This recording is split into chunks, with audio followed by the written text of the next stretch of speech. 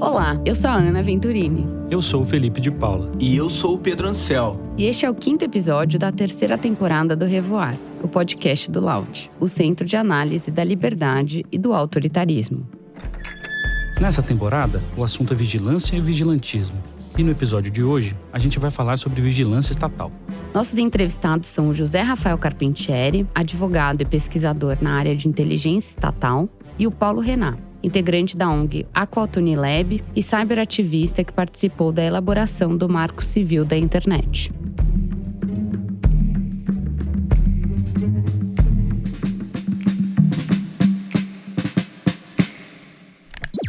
Um dos grandes interesses da espionagem americana no Brasil está longe do centro de poder, em alto mar, em águas profundas: o petróleo brasileiro. A rede privada de computadores da Petrobras é espionada pela NSA, Agência de Segurança Nacional dos Estados Unidos. Desde o primeiro episódio dessa temporada, a gente bate na tecla de que a vigilância não é uma atividade nova. As técnicas de vigilância existem e são utilizadas pelos estados há muito tempo. Felipe, a gente já falou muito do Estado e de como os dados são importantes para a formulação de políticas públicas. Só que antes de ir em frente, a gente precisa dar um passo atrás e lembrar que não estamos falando de um ente único e uniforme. Exato. Na verdade, o Estado é composto por uma série muito diversa de atores, agências, secretarias, empresas estatais e outros entes. O Paulo Renan explica isso muito bem.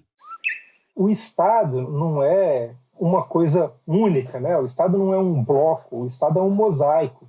Então a gente tem, além de governo federal, governo estadual e 5.000 localidades no Brasil, governo municipal, a gente ainda tem, por exemplo, só na administração pública, né, diversas secretarias, diversos ministérios, né, as chamadas pastas, além da administração indireta. Então tem empresas como Petrobras, institutos de pesquisa, né? Enfim, a gente tem uma variedade de componentes disso que a gente chama como Estado. Então, assim, o uso que a polícia faz dos nossos dados pessoais é diferente do uso que hospitais vinculados ao SUS vão fazer dos nossos dados pessoais, que é diferente do uso que o Ministério do Desenvolvimento Social vai fazer e uma secretaria de, que vai tratar de questões de educação vai fazer. Então, em cada uma dessas áreas, a gente tem bons e maus usos. Não dá para cravar uma resposta assim, usa bem e usa mal. Como bem falou o Renan, além de termos esse mosaico atuando diariamente, coletando dados e implementando políticas públicas, é fundamental entender que o uso de dados e a vigilância do Estado não está limitado a isso. Com certeza não, Ana. Por exemplo, a gente tem a inteligência, que é uma atividade tradicional do Estado e que existe há muito tempo. A ideia básica por trás dela é obter, analisar e disseminar conhecimentos dentro e fora do território nacional que influenciem o processo decisório no país, ou que, em tese, coloquem em risco a segurança da sociedade e do Estado. Ou seja, o Estado vigia outros países, parceiros ou inimigos externos, e também vigia cidadãos que possam representar uma ameaça interna. Mas eu estou apressando o passo aqui. Vamos por partes. Vamos lá. Pode parecer teoria da conspiração, mas o Estado espião é uma realidade. Todos os países possuem sistemas de inteligência que buscam identificar ameaças e dar mais subsídios às decisões internas. Tradicionalmente, a inteligência estatal e a espionagem sempre foram mais voltadas para inimigos externos, principalmente outros países, com o objetivo de garantir a segurança nacional. A presença de um sistema de inteligência que atua em conjunto com forças de segurança, inclusive nas regiões de fronteira, é em tese fundamental para garantir a soberania territorial de um país. No Brasil, o primeiro órgão de inteligência voltado para questões de segurança nacional foi o Conselho de Defesa Nacional, criado pelo presidente Washington Luiz em 1927. A ideia de um sistema de inteligência surge lá na década de 70, com o Sistema Nacional de Informações, o SIS-NI, composto por diversos integrantes.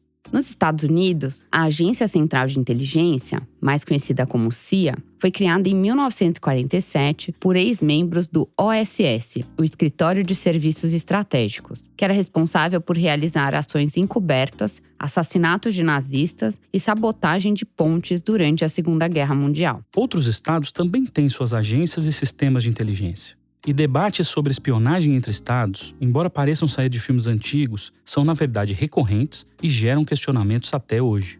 Você já ouviu na abertura desse episódio um áudio que remete ao caso de espionagem feita contra a presidenta brasileira Dilma Rousseff. revelada pelo chamado caso Snowden. O Rafael Carpentieri também nos contou sobre um caso recente.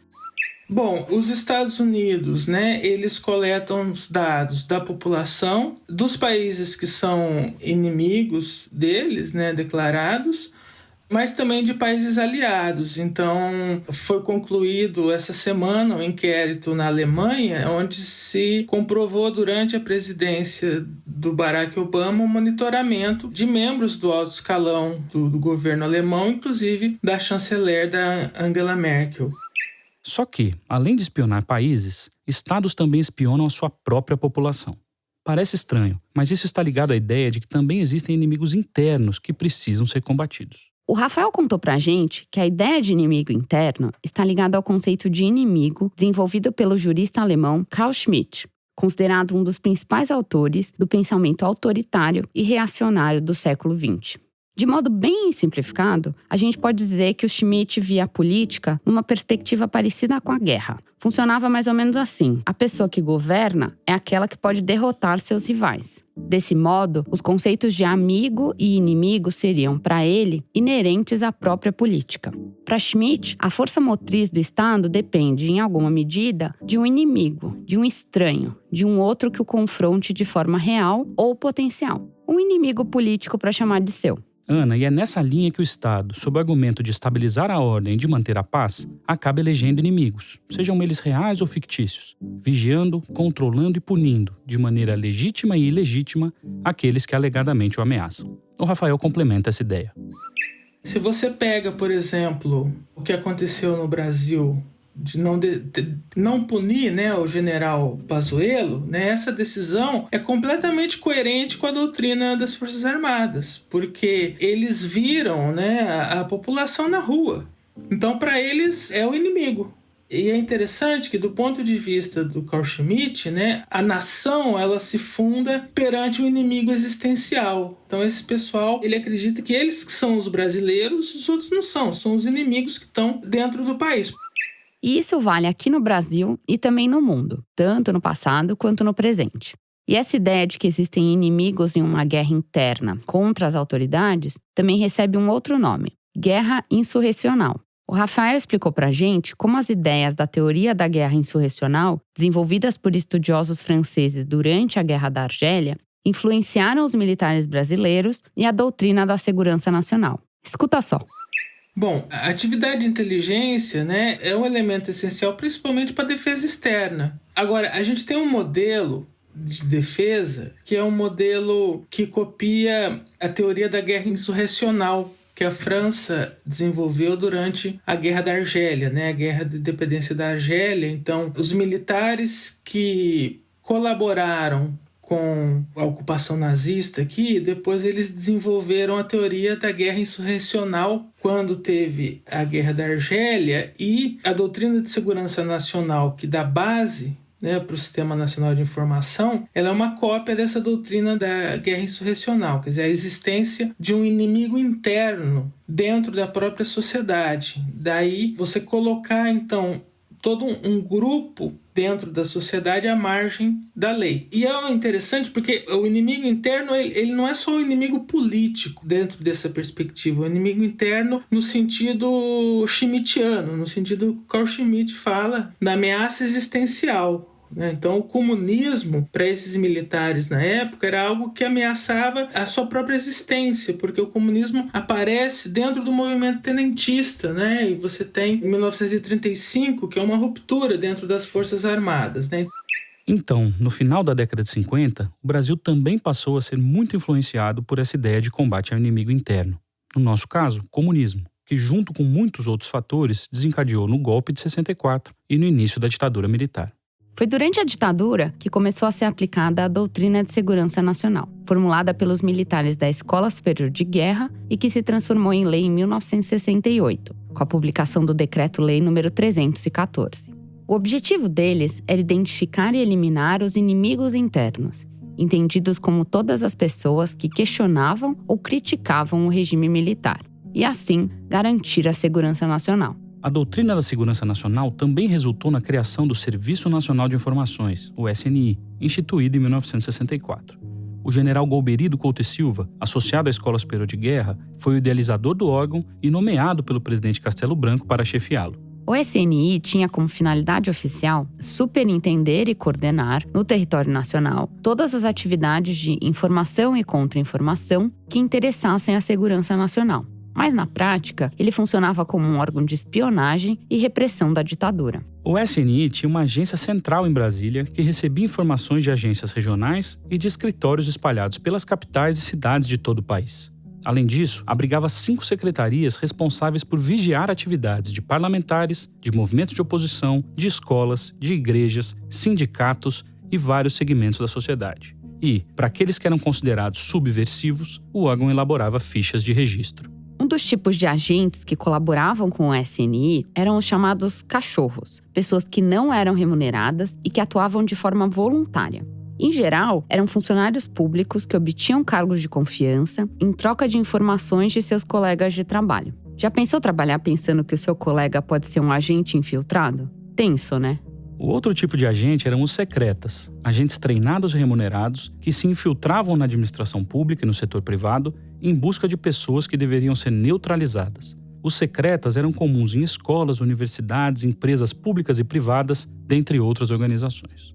A Comissão da Verdade do Estado de São Paulo revelou em 2018 que reitorias das principais instituições de ensino superior do país contribuíam com o regime militar. Segundo o documento produzido pela comissão, a Universidade Federal de Santa Catarina e a Universidade de São Paulo repassavam informações sobre posições ideológicas de alunos e professores para o SNI. Além do sistema de colaboração, que entregava relatórios sobre alunos e docentes, a atividade de espionagem contava com a atuação de membros do governo federal infiltrados nos ambientes universitários. A Comissão da Verdade também apontou indícios da atuação de espiões do regime militar nas universidades federais da Bahia, Espírito Santo e Rio Grande do Norte, além da PUC de São Paulo e na Universidade de Brasília. O SNI foi extinto pelo presidente Fernando Collor de Mello e substituído pelo Departamento de Inteligência da Secretaria de Assuntos Estratégicos da Presidência da República. Depois, no governo Itamar Franco, o departamento foi elevado à condição de Subsecretaria de Inteligência. Em 1999, o presidente Fernando Henrique Cardoso criou a Agência Brasileira de Inteligência, a ABIN, e o Sistema Brasileiro de Inteligência, o SISBIN, que desenvolveriam as operações que antes eram de responsabilidade do SNI. A ABIN é o principal órgão do SISBIN, integra a Presidência da República e sua função é analisar ameaças reais e potenciais, defender o Estado Democrático de Direito e a soberania nacional. Mas será que a atividade de inteligência estatal ganhou contornos efetivamente democráticos, rompendo com as características que carregou da ditadura? A Constituição de 1988 é considerada um marco de ruptura com o passado ditatorial e o símbolo do mais ambicioso processo de democratização do país. Só que, apesar de promissora, essa experiência ainda tem resquícios do autoritarismo do passado. Vocês já devem ter ouvido a expressão entulho autoritário. Ela foi utilizada em 1979 pela oposição ao presidente militar João Batista Figueiredo, para se referir à caótica ordem jurídica brasileira após a revogação dos atos institucionais, aquelas normas de exceção impostas pela ditadura. Isso porque, apesar da revogação dos atos institucionais, persistiam na ordem jurídica leis e instituições com a tônica autoritária da ditadura militar. Esse é o caso da Lei de Segurança Nacional, que foi utilizada recentemente para justificar a prisão de pessoas que se manifestaram contrariamente ao governo federal. Mas tem mais, Ana. O Rafael Carpentieri contou pra gente que muitas regras da própria Constituição de 88, referentes a atividades de inteligência ou de segurança, foram, em verdade, defendidas pelos próprios militares, como pontos dos quais não abririam mão, mesmo com a redemocratização. Com a nova república, ou seja, com a Constituição de 88, esse modelo ele é imposto pelos militares. Então eu monitorei isso. Eu quis tentar entender como é que foi isso na Constituinte de 88. Então eu peguei as gravações dos debates e o noticiário da época. E a coisa meio que foi imposta pelos militares, né? O artigo 142, que hoje está sendo debatido, ele é uma cópia da Constituição de 67 e ele foi colocado. E os militares foram bem claros. Ou coloca desse jeito, ou não tem Constituição. Então, o artigo 142 e o artigo 144, que trata das polícias. Isso não foi negociado pelos militares, foi imposto, né? E aí você tem uma série de problemas, porque você tem a lógica do inimigo interno. Então, você tem um sistema de inteligência que trabalha procurando o inimigo interno, assim como você tem as forças armadas voltadas para o inimigo interno e as polícias, também as forças policiais. O Rafael também destacou que, a despeito de suas novas características legais e da sua criação já em regime democrático, o fato é que nos últimos anos a ABIN voltou a ser controlada pelos militares, algo que já tinha sido desfeito pela presidente Dilma Rousseff. Um dos últimos atos da presidente Dilma foi retirar a ABIN do controle militar. Ela, em outubro de 2015, ela tirou a ABIN do controle do GSI, extinguiu o GSI. E o GSI depois foi reestruturado, né, no governo Temer, já com toda a composição militar. Independentemente de seus dirigentes atuais, Ana, a verdade é que a atividade de inteligência estatal por si só ainda parece ser um problema no país. Muitos estudiosos defendem que, na verdade, sua rotina ainda é bastante opaca e marcada por práticas pouco democráticas, mesmo quando se aceita algum grau de sigilo que é inerente a essa atividade. E mais, como veremos, embora tenhamos a ABIN como seu elemento central, o fato é que hoje há muitas estruturas de inteligência espalhadas por diversos órgãos e entidades do Estado brasileiro, como as polícias e os ministérios públicos, com pouco controle e ampliação de atuação. Não à toa, escândalos recentes sobre algumas de suas práticas e questionamentos sobre seus limites também têm aumentado significativamente. Falaremos disso daqui a pouquinho. Vale lembrar, Felipe, que as atividades da ABIN estão sujeitas a uma espécie de controle externo. Elas deveriam ser fiscalizadas pelo Congresso Nacional, que possui uma comissão mista de senadores e deputados para isso, a Comissão Mista de Controle da Atividade de Inteligência. Só que o Rafael contou que essa comissão atua muito raramente e em casos bem específicos, e ela está inoperante nos últimos anos. No Congresso Nacional, nós temos uma comissão que é formada pela liderança da maioria, pela liderança da minoria. Ela sempre atuou no Brasil de forma reativa, né? Então, por exemplo, quando acontece algum escândalo de espionagem muito grande, a gente teve um caso, foi a Operação Castelo de Areia, né, que foi anulada pelo STJ, que houve a prisão de um banqueiro. Aí se verificou na época que existia, inclusive, a contratação de uma empresa de inteligência internacional, a Kroll, que atuou naquela época, né? Então isso despertou alguma reação no parlamento, mas fora isso, para você ter uma ideia, essa comissão passou anos desativada, sem indicação dos integrantes. Então, a hora que a coisa parecia que ia funcionar, a gente teve um impeachment. Isso desorganizou muito, porque a ABIN, ela volta toda para uma estrutura militar.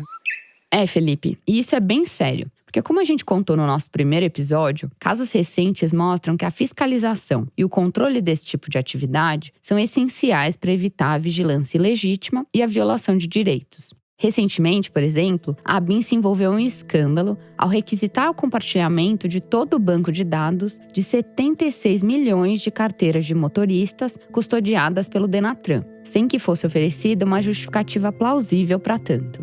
Afinal de contas, qual seria a finalidade do uso desses dados pessoais para atividades legítimas de inteligência, sem que os seus titulares tivessem ciência desse uso adicional? O Paulo Renan comentou sobre esse caso.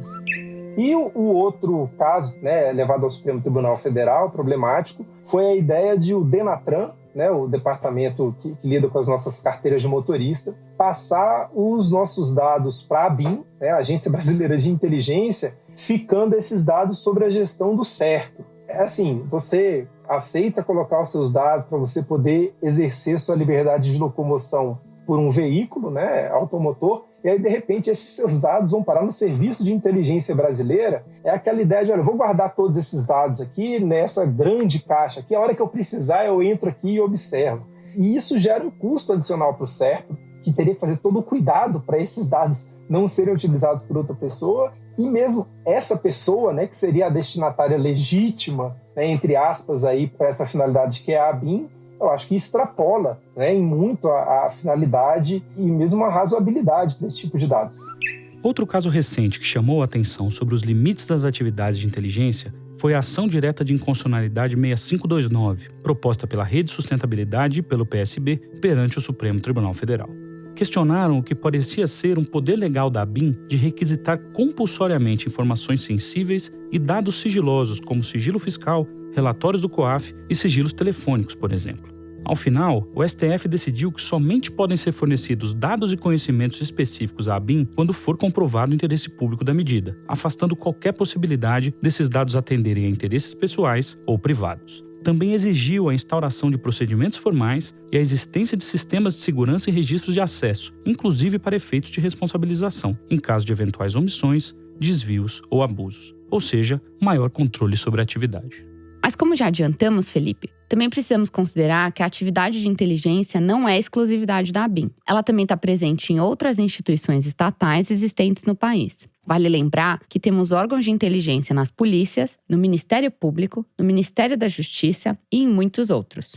O Ministério Público do Estado de São Paulo, por exemplo, possui o Núcleo de Inteligência e Gestão do Conhecimento, que é responsável por fornecer informações para apoiar as decisões do MP e também por ações de monitoramento, transparência, prevenção e repressão a ilícitos administrativos, civis e penais.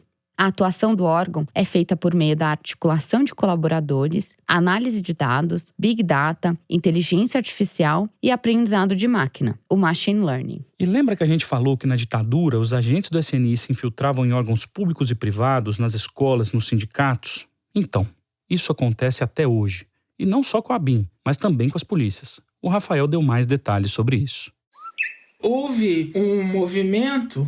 Quando Celso Amorim era Ministério da Defesa, teve um documento do Exército que vazou. Era um documento que falava de inimigo interno. E aí, então, houve uma pressão, tentou-se reformular a doutrina, né? Mas isso, com o impeachment da Dilma, isso parou e voltou a militarização da ABIN, né? Então hoje permanece essa ideia, né? E não só em relação à ABIN. Se a gente pegar as polícias militares, eles têm agentes de inteligência que frequentam reuniões de professores, sindicatos. Isso sempre foi feito desde sempre, né? Isso não parou com a Constituição de 88. Mais recentemente, essas infiltrações também aconteceram em algumas manifestações. O Pedro vai contar pra gente. Em 2019, a agência de dados Fiquem Sabendo teve acesso a documentos secretos da Polícia Federal. Esses papéis mostravam que agentes de segurança pública se infiltraram em reuniões de movimentos sociais e nos protestos em junho de 2013. Segundo os documentos, os nomes dos líderes dos movimentos sociais foram identificados, assim como dados dos cidadãos que participaram dos atos, comentários nas redes sociais e até os carros de cada um. Foi exposto também que os infiltrados se camuflaram nos grupos Black Blocs, manifestantes em geral vestidos de preto e mascarados, conhecidos por realizar ações diretas nos protestos. E apesar desse tipo de atuação das autoridades ser completamente invasiva e potencialmente violadora das liberdades de expressão e manifestação, a Polícia Federal respondeu aos jornais na época que agiu legalmente e cumprindo seu trabalho. Foi também em 2019 que o pacote anticrime do ex-ministro Sérgio Moro estabeleceu legalmente a figura do agente policial disfarçado, cuja ação está situada entre a chamada campana policial e uma infiltração policial. Além do relativo grau de expertise, o agente disfarçado deve possuir habilidade para atuar descaracterizado de forma a permitir a coleta de provas de um crime e a investigação de sua autoria sem interferir no curso causal da ação criminosa. E isso não acontece apenas no Brasil. Com a justificativa do combate ao terrorismo, as agências de inteligência têm se infiltrado em protestos e manifestações populares por todo o mundo. O Rafael contou um caso que aconteceu na França em 2015. Do prisma histórico, né, se a gente olhar assim, do ponto de vista de quem governa, o maior inimigo de qualquer governante é a população, a própria população. Então, a gente tem hoje, mundialmente, um sistema de monitoramento, de coleta de dados, à margem da lei, que os estados levam isso como dispositivos de exceção. Então eles falam, nós estamos numa guerra ao terrorismo ou Hoje fala-se muito na França da questão da emergência sanitária, estado de urgência sanitária. Então, mecanismos excepcionais que vão pôr à margem os direitos fundamentais para justificar essa coleta massiva de dados. Isso em todos os países, todos os estados fazem isso usando essa desculpa do terrorismo. E tem um fato interessante: no final de 2015 teve os atentados de Paris. 2 semanas depois dos atentados de Paris tinha a COP21, a Conferência do Clima. Por conta dos atentados, a França decretou estado de urgência, que é uma espécie de estado de sítio que foi criado na época da Guerra da Argélia, que é um estado de sítio por decreto, que não passa pelo sistema constitucional francês. Então eles decretaram o estado de urgência e você tinha, por exemplo, a possibilidade de mandado de prisão emitido pelo prefeito de polícia. O prefeito de polícia era uma espécie de um governador departamental aqui. Então você tinha prisões administrativas que não poderiam ser revistas por habeas corpus. Escutas ilegais, monitoramentos ilegais dentro dessa medida de urgência. E eles usaram esses mecanismos que foram decretados por conta dos atentados para prender os líderes dos movimentos ambientais que iriam realizar protestos por conta da Conferência do Clima em Paris. Além da vigilância de protestos, também temos visto casos de monitoramento de funcionários públicos e professores universitários que se manifestam contrariamente ao governo. Um caso recente é o da CEOP, a Secretaria de Operações Integradas, um órgão vinculado ao Ministério da Justiça e Segurança Pública que tem como foco de atuação a integração das forças policiais brasileiras no combate ao crime organizado, à lavagem de dinheiro, à sonegação de impostos, o contrabando e o monitoramento de fronteiras. A CEOP foi criada em janeiro de 2019 pelo ex-ministro Sérgio Moro. E a nossa secretaria é uma secretaria nova, que foi criada esse ano pelo ministro da Justiça e Segurança Pública, Dr. Moro. Ela tem 2 diretorias, uma diretoria de operações e uma diretoria de inteligência. E nós já estamos praticamente em 11 estados do Brasil trabalhando com essa operação. Em julho de 2020, a CEOP foi acusada de ter monitorado dados pessoais de 579 servidores públicos, federais, estaduais e professores universitários listados como antifascistas e críticos ao governo Jair Bolsonaro. A CEOP teria produzido um dossiê com nomes, em alguns casos fotografias e endereços de redes sociais das pessoas monitoradas, e depois distribuído um relatório às administrações públicas federal e estaduais. A Rede Sustentabilidade ingressou com ação perante o Supremo Tribunal Federal para questionar essas investigações sigilosas conduzidas pela CEOP. Em resposta, a ministra Carmen Lúcia concedeu uma medida em caráter de urgência para suspender a atuação do Ministério da Justiça e Segurança Pública, classificando como abuso da máquina estatal o recolhimento de informações de servidores com postura política contrária ao governo.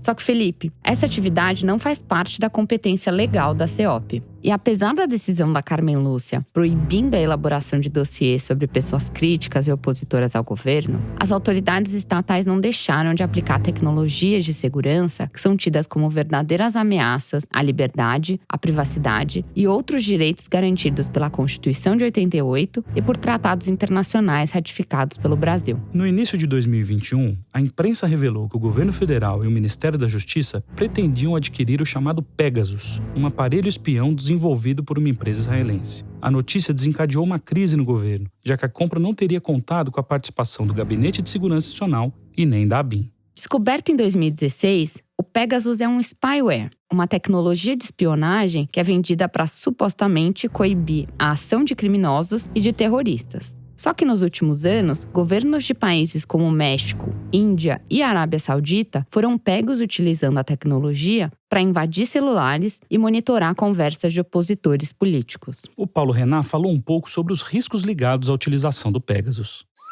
A primeira coisa que a gente tem que pensar com relação a esse tipo de software, é que talvez o Estado devesse ser o primeiro a questionar a existência desse tipo de ferramenta, e não o contrário, da gente ficar, preocupado de o Estado estar utilizando aí, no caso da ferramenta Pegasus, criada lá por uma empresa israelense, não é só um programa de computador, é um programa e um equipamento que tem capacidade de invadir, de acessar indevidamente um telefone celular à distância, sem que a pessoa perceba, e captar absolutamente tudo que tiver no aparelho, né? E aí, enfim, medidas como criptografia de ponta a ponta não resistem, porque o Pegasus teria a capacidade de sorrateiramente, né, pegar o seu histórico de conversas dos seus mensageiros, né, Telegram, WhatsApp, geolocalização, né, por onde você passou, o tempo em que você ficou em cada lugar, sons e imagens do ambiente, né, ativando seu microfone e a sua câmera sem você descobrir.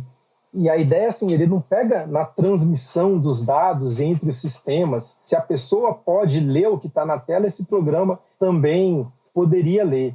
A gente, nessa situação, fica esperando, né, que Apple, Samsung, Motorola ou Google com Android consigam oferecer algum tipo de proteção, né, entender quais são essas fragilidades que estão sendo exploradas, né, e construir algum tipo de proteção para os aparelhos, né, e para os programas de computador que não deixam rastro para esse tipo de monitoramento, que, enfim, acho que a gente tem sim que ficar preocupado. Enfim, é um tipo de programa que lembra, né, um outro aspecto aqui que eu acho importante exemplificar, porque maridos abusivos, né, têm também se utilizado desse tipo de expediente para poder, enfim, monitorar, né, o que as suas esposas fazem, né? Então, imagine o Estado lidando com as pessoas como se fosse um cônjuge que não tem confiança, né? Eu acho que é muito problemático a gente estabelecer esse tipo de relação. Pois é, e os receios que foram aqui levantados não se mostraram infundados.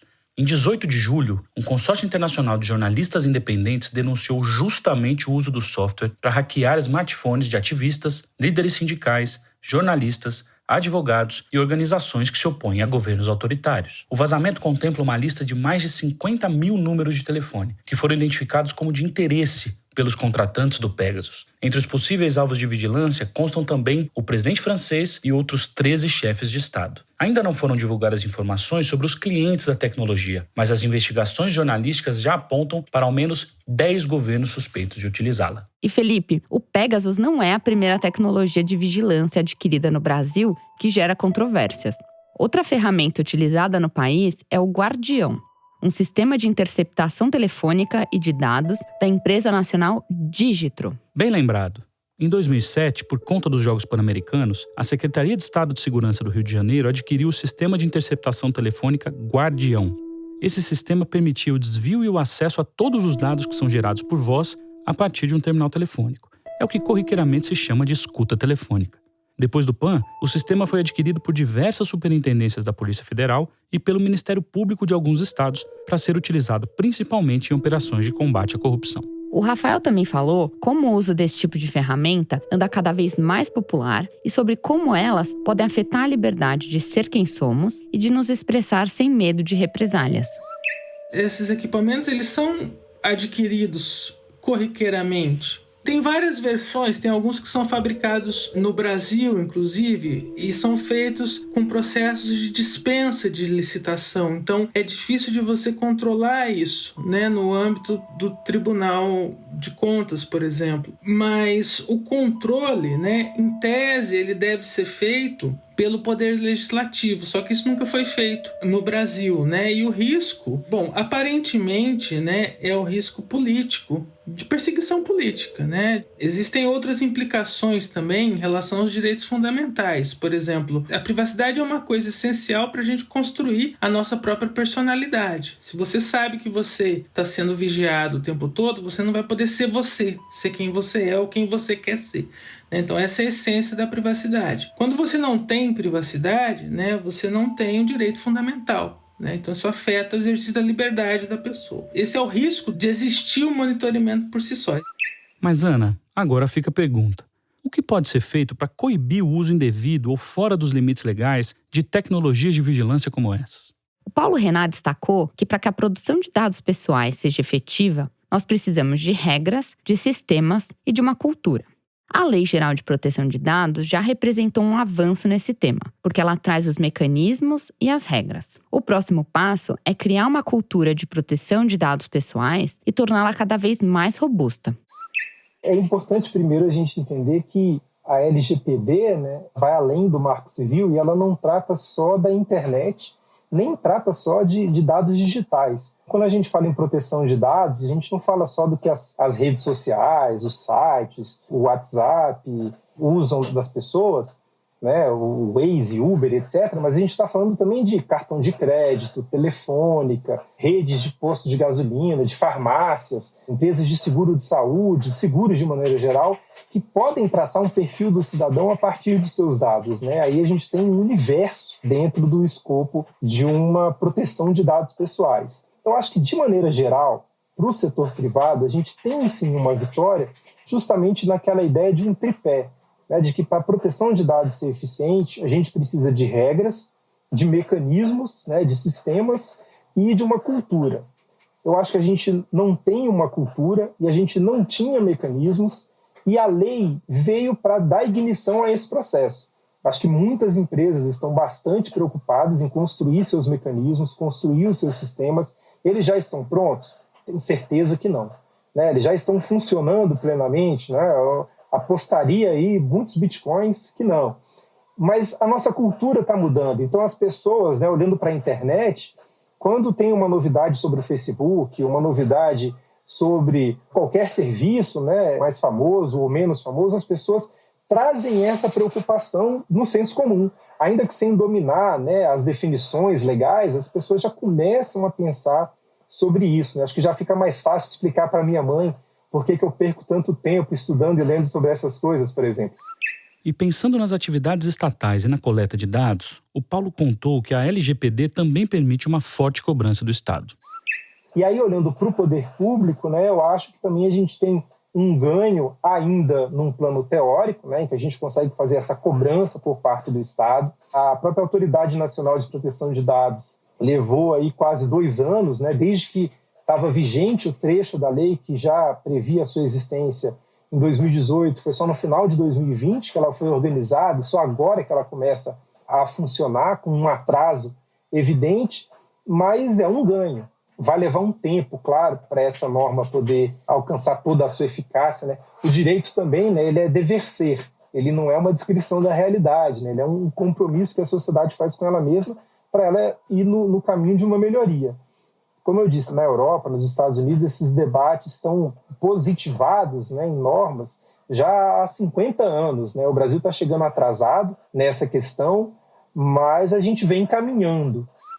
Outro ponto destacado pelo Paulo Renat é o controle judicial em todos os casos que envolvam quebra de sigilo das pessoas para a investigação de supostos crimes, de modo a reduzir a possibilidade de abusos.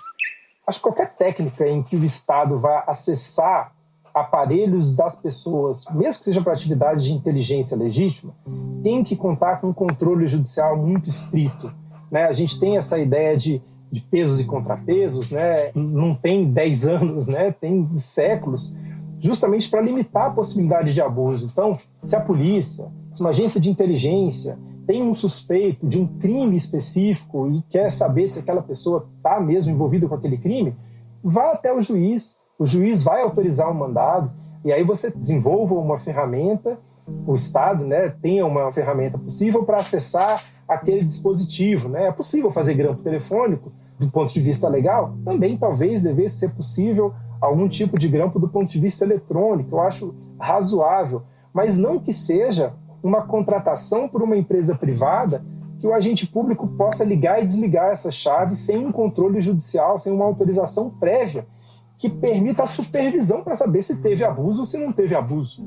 Então a ideia é que isso passe primeiro pelo Congresso, que haja uma revisão do nosso arcabouço jurídico para ter um protocolo para como isso vai ser feito, e em cada situação prática, o Executivo recorra ao Judiciário que não só autorize, como faça a supervisão desse tipo de expediente.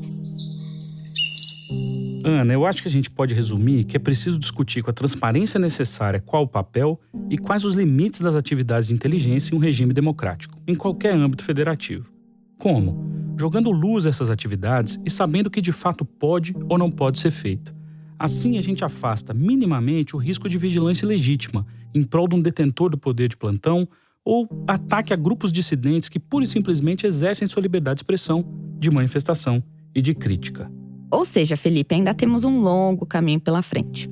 As atividades de inteligência estatal são essenciais para garantir a segurança do país, a integridade das fronteiras e combater ameaças e violências.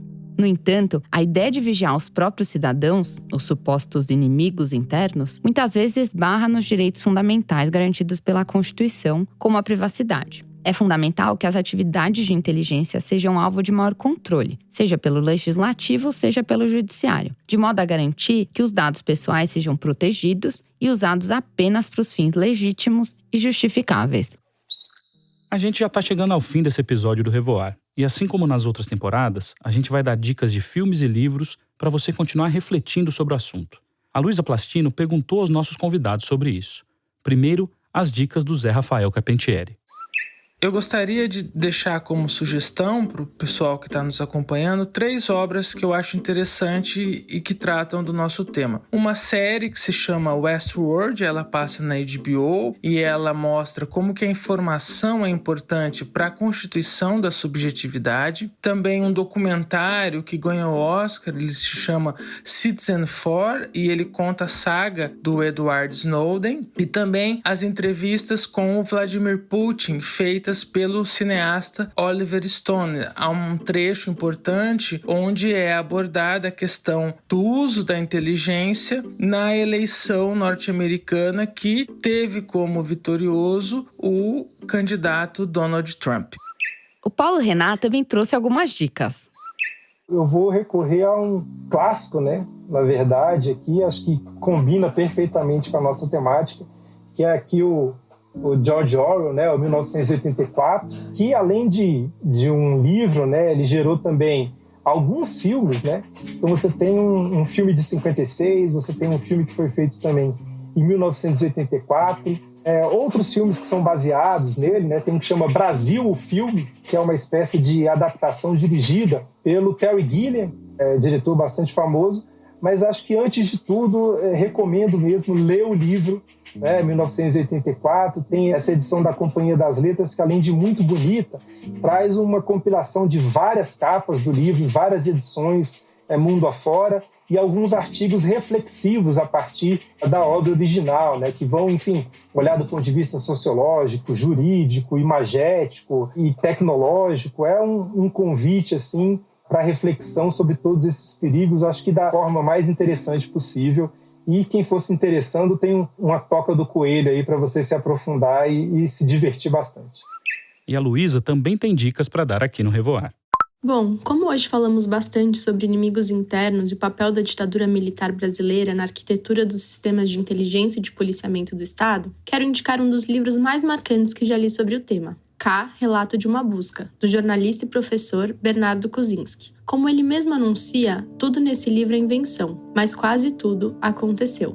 Afinal, a história é baseada no sequestro de sua irmã, a professora de Química da USP, Ana Rosa Kuzinski, e de seu cunhado, Wilson Silva, em abril de 1974. A narrativa é construída a partir dos passos do Sr. K, um imigrante judeu e comerciante no Bom Retiro, que sai à procura de sua filha desaparecida e se depara com um labirinto de informações, pistas falsas e obstáculos para alcançar a verdade. Vale muito a leitura.